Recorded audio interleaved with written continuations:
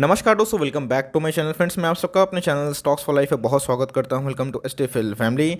जी हां दोस्तों, जिसका हम लोग इंतजार कर रहे थे, एचडीएफसी बैंक के Q4 के नंबर, जो अपने आप में ही बहुत बड़ा एक डिसाइडिंग फैक्टर हो सकता है जब मंडे को बाजार खुलेगा, बिकॉज यही बैंक निफ्टी की दिशा को एकदम प्रभावित कर सकता है। तो गाइस, नंबर कैसे रहे, कितने प्रोविजन देखने को मिल रहे हैं, कंटिजेंसीज देखने को मिल रहे हैं, एनपीए क्या है, नेट प्रॉफिट में डिक्लाइन है, उछाल है, पूरा इनकम कितना भरा है। तो चलिए गाइस, अनबायस्ड होकर रिजल्ट को पढ़ते हैं।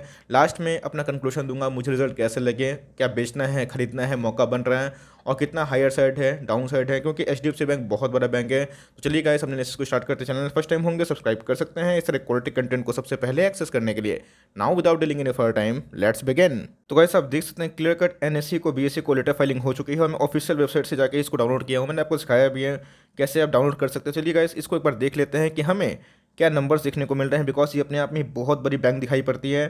तो चलिए दोस्तों, इधर पे एकदम अनबायस्ड होकर देखना है, क्योंकि एचडीएफसी बैंक बहुत ही बड़ा बैंक है। हमारा एचडीएफसी का टॉपिक है, तो कैसा परफॉर्मेंस हमें देखने को मिल रहा है।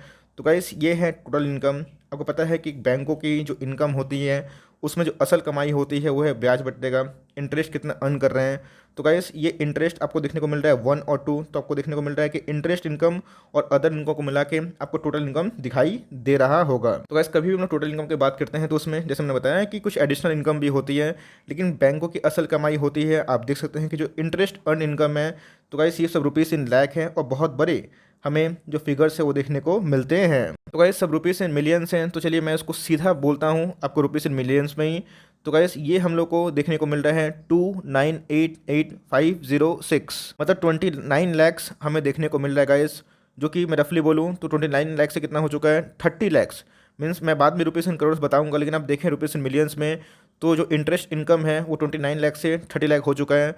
जो अगर आप देखें ईयर ऑन ईयर बढ़त देखने को मिल रही है। क्वार्टर ऑन क्वार्टर की बात की जाए तो फ्लैट से देखने को मिल रहा है। क्वार्टर ऑन क्वार्टर भी दोस्तों हमें 30 लाख लगभग दिखने को मिल रहा है।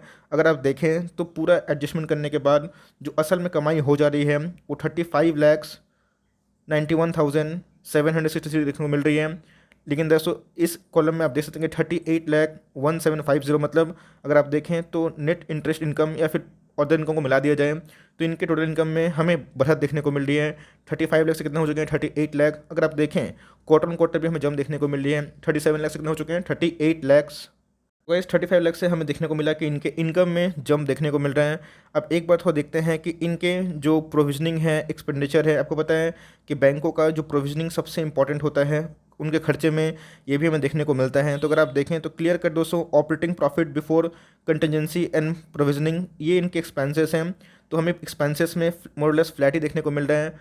और अगर देखें year on year, quarter on quarter, और दोनों ही दोस्तों में फ्लैट देखने को मिल रहा है। लेकिन इधर पर अगर आप देखें जो प्रोविजनिंग होती है, ऐसे पैसे जो बैंकों को लगता है कि आने के चांसेस नहीं है 90 डेज में, तो प्रोविजनिंग पहले ही करके रखते हैं। तो अगर आप देखें तो दोस्तों इधर पे हमें जो प्रोविजनिंग है वो बढ़ते हुए दिखाई दे रही है। तो प्रोविजनिंग देख सकते हैं कि 12 लाख से कितना हो चुका है, 15 लाख के लगभग। अगर आप देखें तो क्वार्टर ऑन क्वार्टर तो भाई फ्लैट ही देखने को मिल रहा है, बट दोस्तों ईयर ऑन ईयर हमें एक प्रोविजनिंग में मैसिव जंप देखने को मिल रही है।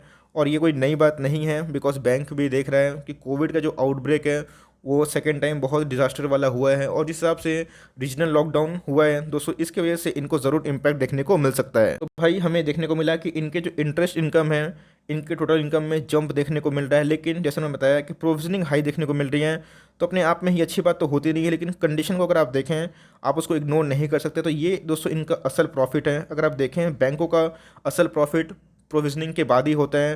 तो अगर मैं इसको रुपीज़ इन करोड़ में करूँ तो 6,927 रुपीज़ इन करोड़ से कितना हो चुका है दोस्तों, 8,187 रुपीज़ इन करोड़। अगर आप देखें तो हमें प्रॉफिट में 18% की जंप देखने को मिल रही है, जो अपने आप में ही आउटस्टैंडिंग बात है।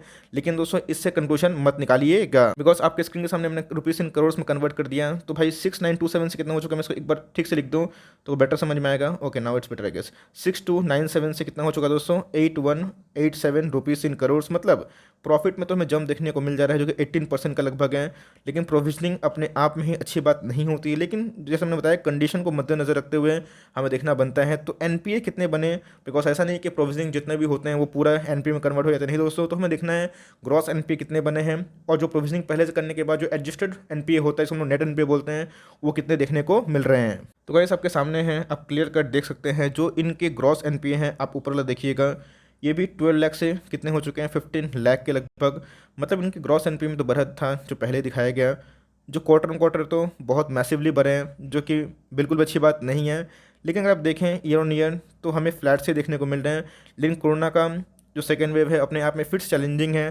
तो अगर आप देखिए कि नेट एनपीए कितना कन्वर्ट हुआ है, तो गाइस 3,54,000 से कितना हो चुका है, 4,55,000। तो अगर आप देखें तो क्लियर कट इनके जो नेट एनपीए में भी एक उछाल देखने को मिल रहा है, 1.26% से कितना 1.32%।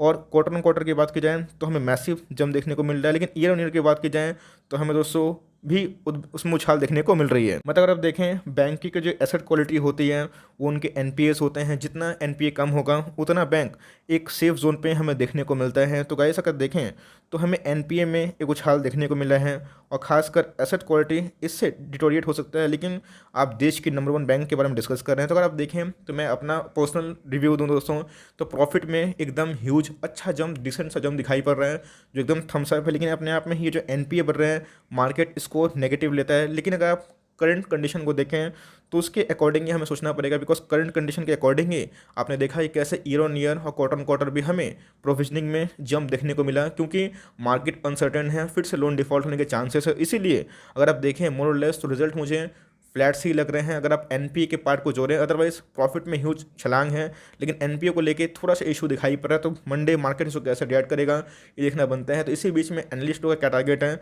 और उसमें मेरा क्या कमेंट्री है, करना क्या है, उसको एक बार डिस्कस कर लेते हैं। तो गाइस एचडीएफसी बैंक लिमिटेड अपने आप में बहुत बड़ी बैंक दिखाई पड़ती है, और मैं सही में इसका वेट कर रहा था, बिकॉज ये निफ्टी की दिशा को बहुत प्रभावित कर सकती है, बिकॉज इसका वेटेज काफ़ी हाई है बैंक निफ्टी में भी और निफ्टी में भी। तो ये 1600 का बैंक अराउंड दिखाई पड़ता है। आप देखते हैं कि आपके स्क्रीन के सामने इसको जो 1 साल की हाई है 1641 के लगभग, और इसका जो मार्क मीन्स इसका करंट प्राइस है 1430 के लगभग दिखाई पड़ता है। तो ओवरऑल अगर देखें तो ऑल टाइम हाई से भी दोस्तों ये 12% ऑलमोस्ट करेक्ट हो चुका है, जो अपने आप में ही एक अच्छी बात होती है। और गैस यही वो बैंक था जो 826 के लगभग हमें दिखाई पड़ा था कोरोना क्रैश में। उसके बाद हमें चूंकि ऑल टाइम हाई लगा था वो देखने को मिला।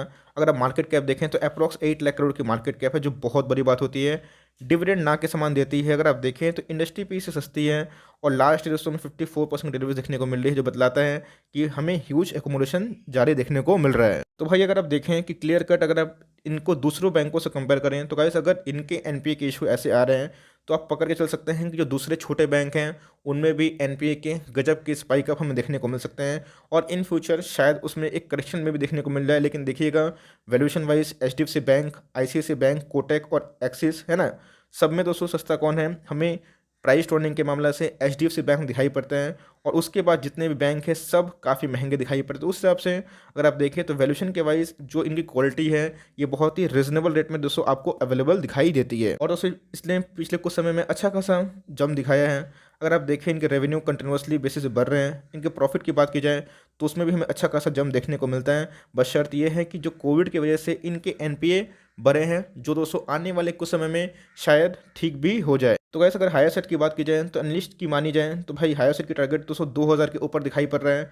लोअर सेट की बात की जाए तो 1200 के लगभग दिखाई पड़ रहा है। मीडियन की बात की जाए 24% का दिखाई पड़ रहा है। तो गैस मीन्स अगर आप देखें प्रोबेबिलिटी हायर सेट की तो जाने की ज़्यादा है, लोअर सेट की कम है, और मीडियन पे भी जाता है तो अच्छा खासा डिसेंट रेट मिल जाएगा। लेकिन करना क्या है, क्या मार्केट इसको नेगेटिव लेगा या फिर पॉजिटिव लेगा। तो गाइस ये मार्केट को अनुमान भी था कि इनके प्रोविजनिंग थोड़ा बढ़ सकते हैं, इसीलिए आप देखिए रिजल्ट के पहले थोड़ा डिक्लाइन हमें देखने को मिला। मे भी अगर मार्केट को नेगेटिव पकड़ता है, नेगेटिव लेता है, तो मे भी और 5-7% करेक्शन में भी पॉसिबल हो जाए। लेकिन दोस्तों मुझे लगता है कि एचडीएफसी बैंक में अगर गिरावट होती है तो आपके लिए अपॉर्चुनिटी से कम नहीं होगी, बिकॉज अगर देखिए एनपीए बढ़ेगा तो किसी कंट्रोल में नहीं है, बिकॉज कोविड हमें अचानक देखने को मिल रहे हैं। बट ओवरऑल अगर देखें तो जो बैंक की ग्रोथ है और जो बैंक की असल कमाई होती है, इंटरेस्ट अर्न इनकम, वो अपने आप में ही असल कमाई होती है। तो उसमें बैंक ने अच्छा खासा परफॉर्मेंस दिया है। तो एनपीए को लेके अगर एक इशू होता है, मार्केट नेगेटिव रिएक्ट करता है, जो कि मे भी पॉसिबल हो कर दे, क्योंकि दोस्तों एनपीए अचानक से क्वार्टर ऑन क्वार्टर अच्छे खासे बढ़ गए हैं। तो मुझे लगता है कि ऑलरेडी दोस्तों ये न्यूज़ हमें फैक्ट्री में देखने को मिल रही थी, इसीलिए रिजल्ट के पहले 12% ये बैंक करेक्ट हो चुका है। करना कुछ नहीं है, आपके पास है, होल्ड एंड कंटिन्यू कर सकते हैं। और मुझे लगता है कि रिजल्ट मोर लेस फ्लैट से देखने को मिलता है अगर आप एनपीए के पार्ट को ऐड करें, क्योंकि अगर एनपीए थोड़ा कम होता है फिर फ्लैट से भी रहता है तो रिजल्ट में भी थोड़ा सा और आउटस्टैंडिंग देखने को मिलता है, बिकॉज अच्छे खासे नंबर्स हमें देखने को मिल रहे हैं। बट ओवरऑल मैं यही बोलना चाहूँगा कि आपके पास है, होल्ड एंड कंटिन्यू कर सकते हैं। देखिए एनपीएस बढ़ते हैं और फिर कम भी होते हैं, लेकिन लॉन्ग टर्म में बैंक की ग्रोथ है वो कम नहीं चाहिए। तो बैंक में दोस्तों अच्छा खासा डिसेंट ग्रोथ है और ये बैंक में बहुत बड़ा बड़ा निवेशक का भी दाव है। तो इधर पर अगर आप देखें तो भारत की बहुत ही स्टेबल बैंक में देखने को मिलती है। तो एनीवेज आरबीआई का फुल सपोर्ट भी है बैंकों को लेकर, और जिस हिसाब से मोरेटोरियम का इशू की वजह से कुछ एनपीए और भी एक्सटेंड हो रहे हैं, तो जिसकी वजह से ये सब फेस कर रहे हैं। बट मेरे हिसाब से लॉन्ग टर्म के लिए बैंक बहुत ही अच्छा है, और इसको लेकर मार्केट नेगेटिव रिएक्ट करता है तो जी हाँ दोस्तों, एकदम स्ट्रॉन्ग रिकमेंडेशन है, आप चाहें तो खरीद सकते हैं। तो भाई रिजल्ट एकदम साफ है अगर आप देखें ग्रोथ के फ्रंट में, तो टॉप नॉच वाली बात है। लेकिन अगर आप देखें ओवरऑल तो मुझे मैं कहूँगा दोस्तों फ्लैट है। तो अगर मार्केट उसको लेकर नेगेटिव रिएक्ट करता है तो एकदम इसको होल्ड एंड कंटिन्यू करना है, और पॉजिटिव रिएक्ट करते हैं तो भाई आपको मीन्स बैठे रहना है। बिकॉज हायर सर की बात की जाए तो अब दिखाई पड़ रहा है लॉन्ग टर्म में दोस्तों बिना बैंक का बिना एमडीएस का कोई भी इकोनॉमी चल नहीं सकता। तो आपके पास है, होल्ड एंड कंटिन्यू कर सकते हैं, बहुत ही क्वालिटी वाली बैंक है। आपको क्या लगता है रिजल्ट कैसे हैं, अच्छे लगें बुरे लगें, और कौन सा फ्रंट में आपको अगर बुरे लगे तो बताइएगा, और कौन से फ्रंट में अच्छे लगे ज़रूर बताइएगा। I would love to know कि भाई आपको रिजल्ट कैसे लगे। सो फॉर टाइमिंग ये छोटी सी अपडेट थी कि हमें एचडीएफसी बैंक के नंबर्स क्या देखने को मिले। आई होप दोस्तों वीडियो के लिए हेल्पफुल है, कंटेंट से लगता है तो लाइक कर दिएगा, और चैनल फर्स्ट टाइम होंगे तो याद से सब्सक्राइब करना ना भूले। फर्दर कोई डाउट है उसको ड्रॉप कर सकते हैं, और कोई स्टॉक का रिव्यू चाहिए उसका नाम भी ड्रॉप करिएगा। I would love to make a video on your demand. Guys मिलते हैं जल्दी ही, तब तक के लिए bye. Thanks for listening friends, God bless you all.